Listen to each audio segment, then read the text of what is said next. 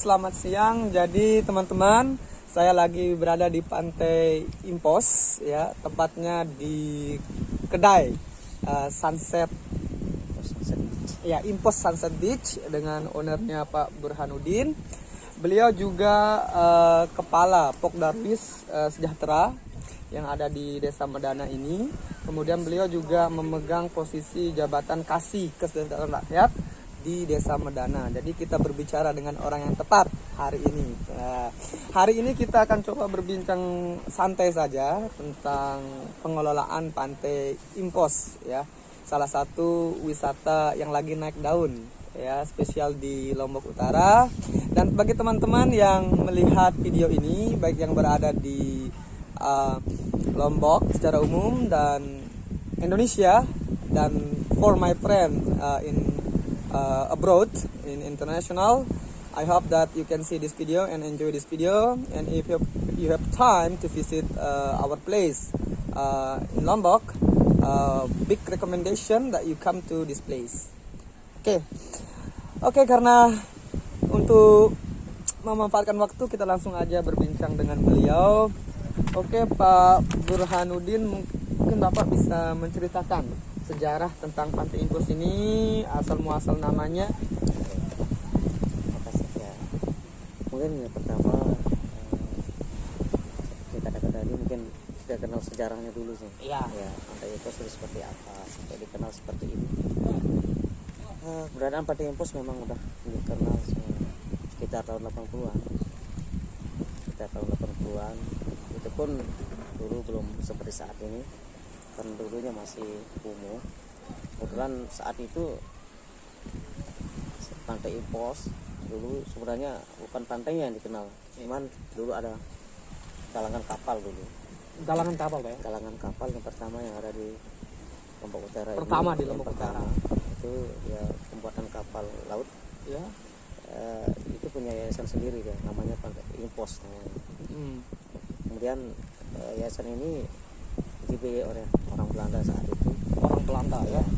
Dan konon juga kita juga mendengar juga sejarahnya bahwa Impos itu sebenarnya perkumpulan laki-laki di sana yang bekerja di sana. Memang benar, laki-laki semua yang bekerja di sana. Itu. Nah, jadinya berdasarkan itu, jadinya orang itu mengenalnya Pantai Impos itu dari sana sebenarnya. Dan jadinya kenapa sekarang kok beda dengan dulunya Impos, sekarang kok Impos? Ya, bagaimana ada perubahan itu? Perubahan itu karena dikarenakan oke lah, kalau orang-orang sekarang kan kita orang awam itu biasanya kan jarang juga melihat Impos itu karena logat kita juga kan biasaannya gitu. Itu yang membawanya perubahan seperti itu, jadinya kebawa jadinya ketika orang datang kita kemana, Pantai Impos. Padahal sebenarnya itu adalah Pantai Impos sebenarnya. Impos, Pak, ya? Impos, ya. Jadinya juga kita juga sudah mencoba untuk menggali informasi itu biar kita tahu apa sih sejarahnya kita. Ya. Sampai saya juga pernah menghubungi orang-orang yang pernah kerja di dalamnya, termasuk juga termasuk mantan Bupati Lombok Timur saat itu, Ali bin Dahlan. Pak Ali, Bede, ya? Juga ya, ada juga Pak Abu Salim dan juga dokter kita yang ada di sini, termasuk Tusen Laisima Esa. Pak Tusen. Mereka semua adalah bekas mantan karyawannya di sini. Karyawan galangan kapal, itu, galangan Pak. Kapal itu saat itu. Nah, dengan adanya itu kita coba menggali apa sih sebenarnya sejarahnya yang sebenarnya seperti apa. Ya. Nah, sampai saat ini kita masih mengumpulkan cerita-cerita itu agar kita bisa membuatnya sebagai latar belakang kita ketika orang masuk, biar dia tahu apa sih Pantai Impos itu sejarahnya kayak gimana. Itu kami juga masih mengumpulkan informasi-informasi biar kita bisa tayangkan ketika orang datang bisa membacanya, baik itu bentuknya pakai bahasa Indonesia maupun bahasa Inggris. Itu yang kita inginkan. Tapi secara umum dulu Pantai Impos ini sudah dikenal sejak tahun 80-an. Ya, ada galangan kapal di sini. Kemudian tidak main-main kawan-kawan, bahwa yang kerja di sini karyawannya itu ada Pak Ali Bede, ada Pak Tusen, itu secara umumnya. Oke, jadi seperti itu, Pak, ya. Kemudian Pantai Impos ini, karena dulu saya masih SMA, saya sudah kenal ini, udah getting famous gitu. Tapi di area sana, Pak, di pantai sebelah sana. Nah, kenapa kok bisa pindah diambil bagian yang di sini, Pak? Kalau di bagian timur itu dulu bukan apa Ipos namanya. Kalau di bagian timur itu namanya Pantai Karangatas. Karang atas itu. Ya. Oh, Pantai Karangatas di sana. Memang dulunya di sana tempat orang santai di sana. Karena dulu sini kan di jalan kapal dulu kan. Nah, kenapa kok sampai sekarang kok bisa terkenal seperti itu? Ya. Ini adalah munculnya ide dari kami sebagai masyarakat di sini melihat potensi yang ada di pantai kita saat ini. Karena kita lihat potensi ini tidak berkembang kalau tidak ada SDM yang akan berisi di tempat itu. Nah, dengan dasar itu saya dan juga kepala dusun yang ada di sini mencoba mengajak masyarakat, mari kita bentuk kelompok ini. Yang sampai saat ini masih berdiri kelompok sadar wisata ini. Kita kasih nama kelompok Pengendara Sejahtera. Di sana kami mencoba untuk komitmen untuk membuka lahan ini untuk kita jadikan sama-sama sebagai tempat wisata. Sejak kita berbuat tahun 2015 kalau salah itu. Jadi pembukaan tempat ini secara formal itu tahun 2015, Pak. Iya. Oke. Dulu yang pertama memulai membuat kedai-kedai itu ada berapa kedai, Pak? Sejak kita membuat kelompok itu, nah di sana kita mencoba untuk anggota kelompok untuk kita bersama-sama mari yang silakan mau jualan silakan berlapak sendiri. Kita mandiri dulu. Jangan kita harapkan bantuan dari pemerintah saat ini. Mari kita bergotong royong, kita bersama-sama yang mau berusaha di tempat ini silakan buat lapak sendiri. Kita mandiri dulu sembari kita berjalan. Nah di samping itu kami kebetulan saya juga mempunyai di desa kita mempunyai celah di sana. Iya. Karena sekarang kan dana ADD banyak gitu. Nah dengan berdasarkan itu kita mencoba untuk masuk ke ranahnya di desa. Akhirnya di desa welcome gitu, memprioritaskan kita di sini. Akhirnya kita dapat bantuan di sana. Jadi desa tuh mensupport, Pak ya? Iya. Mensupport ya. Oke. Berarti setelah ada inisiasi dari masyarakat, kemudian beliau yang memimpin untuk bagaimana memanfaatkan Pantai Impos ini untuk memberikan dampak langsung kepada masyarakat setempat. Oke. Nah setelah itu, Pak, setelah ditahu oleh masyarakat umum dan mereka banyak menghabiskan waktu weekend di sini, bagaimana respon dari Pemda KLU, Pak? Respon dari Pemda KLU sangat mendukung hal ini. Oh, sangat mendukung ya. Jadi respon Pemda KLU sangat mendukung. Dalam hal ini Dinas Pariwisata. Iya, Dinas Pariwisata ya. Karena kita lihat kita dalam beberapa tahun selalu dapat bantuan dari dinas. Dari dinas, Pak ya. Oh, berarti sangat support ya. Pertama kemarin kita udah dapat berupa tulisan itu beserta tempat parkir. Oke. Nah, untuk tahun kemarin kita dapat sekitar 800 juta. Wow. Ya, kurang lebih dari itu untuk fasilitas kita yang ada di sini. Pengelolaannya, Pak ya. Ada NCK dibikinkan juga, terus musola, dan rapat ini juga perasikat, dan juga ada jembatan pelangi. Jembatan pelangi. Ya, jadi ada daya tariknya yaitu jembatan pelangi ya di sini. Jadi nanti saya akan menunjukkan jembatan pelanginya atau bisa dilihat di Facebook saya dan di Instagram saya ya. Nanti saya akan menuliskan di deskripsinya. Oke, Pak. Jadi setelah itu ada support dari dinas, dari masyarakat juga.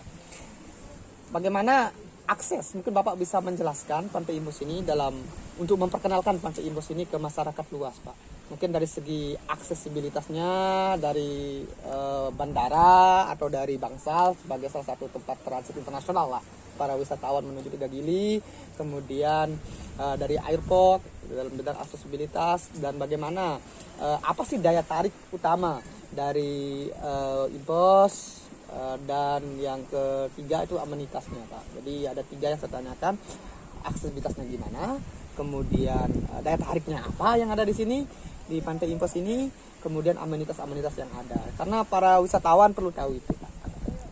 Baik, pertama mungkin amenitasnya ya. Pertama, kalau kita di sini udah boleh dibilang udah lengkap kayaknya. Oke, udah lengkap ya. Jadi amenitasnya, kelengkapan, MCK-nya ada 2. MCK-nya ada 2. Yang satunya malah yang kita dibikinkan oleh Dinas Pariwisata kemarin. Mantap betul ya, di sana udah ada 4 MCK-nya di sana. Dalam Terima satu kasih tahun buat ada Dinas itu. Pariwisata. Satu sudah ada juga di sini, Ya. di ujung utara sama selatan. Ya. Terus musolanya ada 2 juga. Soalnya ada 2. Tempat cuci tangan sudah kita sediakan segala macamnya sudah ada. Dan untuk ini juga untuk fasilitasnya, aksesnya ya. Iya. Aksesnya. Terus selama ini memang kita udah terkenal juga. Kemarin-kemarin udah ada tahun pertama sudah kita bentuk, udah berjalan. Banyak sekali turis-turis sudah ada masuk sini. Masuk kita pertama udah kedatangan dari Malaysia. Oke, Ya, satu jadi bis. yang tercatat pertama itu Malaysia Pak. Ya pertama Malaysia ya, habis berkunjung dari Terawangan sempat mampir ke sini Ya. dan menikmati hidangan-hidangan kuliner. Boleh bilang kuliner kita ini di sini tidak terlalu mahal, istilahnya terjangkau dengan Oke, dompetnya masyarakat terutama. ya. Jadi ingat untuk masalah food and beverage-nya itu sangat menjangkau ya, tidak menguras poket terlalu dalam ya. Oke, itu dari segi berapa menit kira-kira Pak dari Kota Mataram atau dari bandara di Lombok Tengah, kemudian dari Kota Tanjung, dari Bangsal juga. Kalau dari bandara, kalau perjalanan ya, sekitar 2 jam. 2 jam dari Kalau dari bandara. Mataram ya 1 jam. Ya, 1 jam. Kalau dari sekitar Tanjung ya cukup 10 menit Ya. udah Nah, nyampe. kalau dari Bangsal Pak, karena di sana tempat tamu biasanya kalau dari yang internasional turun. Kalau dari Bangsal turun paling 15 menit kalau melalui jalan darat. Oh, 15 menit. Berarti itu ya aksesibilitasnya. Dan ini Pantai Impos ini ada di, bisa dibilang jantung ibu kotanya KL. Oke. Dan Pantai Impos ini tidak hanya terkenal untuk kalangan wisatawan lokal atau domestik yang ada di sini, tetapi juga tamu internasional. Jadi beliau sudah mengatakan bahwa tamu pertama itu dari Malaysia, ada rombongan Pak ya. Oke. Jadi seperti itu. Kemudian dari segi daya tariknya Pak, apa yang ditawarkan oleh Impos ini? Iya. Dari segi daya tarik, pertama yang kita suguhkan adalah tentunya kebersihan di sini. Oke, kebersihan, apalagi sekarang pas pandemi ini ya. Bagaimana Pak itu pandeminya itu Kebersihan. KS-nya? Kalau masalah untuk Protokol. protokolnya Ya. semua kita sudah siapkan. Cuci tangannya sudah, sanitizer sudah kita siapkan, masker pun kita sudah siapkan di posko. Tamu-tamu yang ada, pengunjung-pengunjung yang ada sudah kita berikan. Oke. Lagi ya. Jadi seperti itu. Berarti kemudian dari segi daya tariknya Pak, apa yang ditawarkan oleh Pantai Impos ini? Seperti yang saya bilang tadi, pertama adalah kebersihan. Itu yang membuat pengunjung itu nyaman di sini. Ya, kebersihan. Karena apa? Sebaik-baiknya pariwisata kita, tempat wisata kita, kalau kebersihan tidak kita jaga, tentunya akan kenyamanan pengunjung itu akan kurang itu. Ya. Itu yang pertama kami tanamkan di kelompok kami adalah kebersihan. Yang kedua, kuliner-kuliner yang kita suguhkan juga di sini ada yang tradisional juga, ada yang juga yang bagian utara itu khusus dikelola oleh masyarakat. Ya, jadi kita lanjut jadi tentang daya tarik yang ada di sini, yang mulai dari kebersihan Pak, kemudian kulinernya Pak, dan apalagi Pak, mungkin suasananya, sunsetnya Ya. dan lain sebagainya. Sunsetnya itu yang utama juga, banyak mencari momen di sini sunsetnya ketika sore hari. Oh iya, Momen sunset yang ya. maghrib, ya, karena ada view untuk sunsetnya sangat bagus di sini. Ya, ditambah live musik Pak ya. Tambah lagi, kalau live musik kita biasanya adakan malam Sabtu sama malam Minggu. Malam Sabtu sama malam Minggu. Ya. Dan juga untuk kenyamanan juga biasanya untuk anak-anak kita yang mandi, pengunjung khususnya pengunjung yang mau mandi di sini. Oh ya, apa Karena dilihat pantai di sini kok nggak ada gelombang. Gitu. tenang Pak ya. Tenang, jadi Tenang. mereka merasa nyaman untuk mandi. Sangat family friendly Pak ya. Iya. Sangat family friendly ya. Mereka Oke. merasa nyaman. Mungkin ada fasilitas yang seperti kano Pak, atau boat atau banana dan lain sebagainya. Yang kita punya di sini sementara ada kano, Ada kano? ada penyewaan bahan-bahan renang untuk anak-anak. Ya, ban-ban tenang ya. Karena untuk banana boat dulu ada tapi sekarang udah nggak beroperasi lagi. Oke. Oke, jadi mungkin itu aja informasi yang penting, yang poin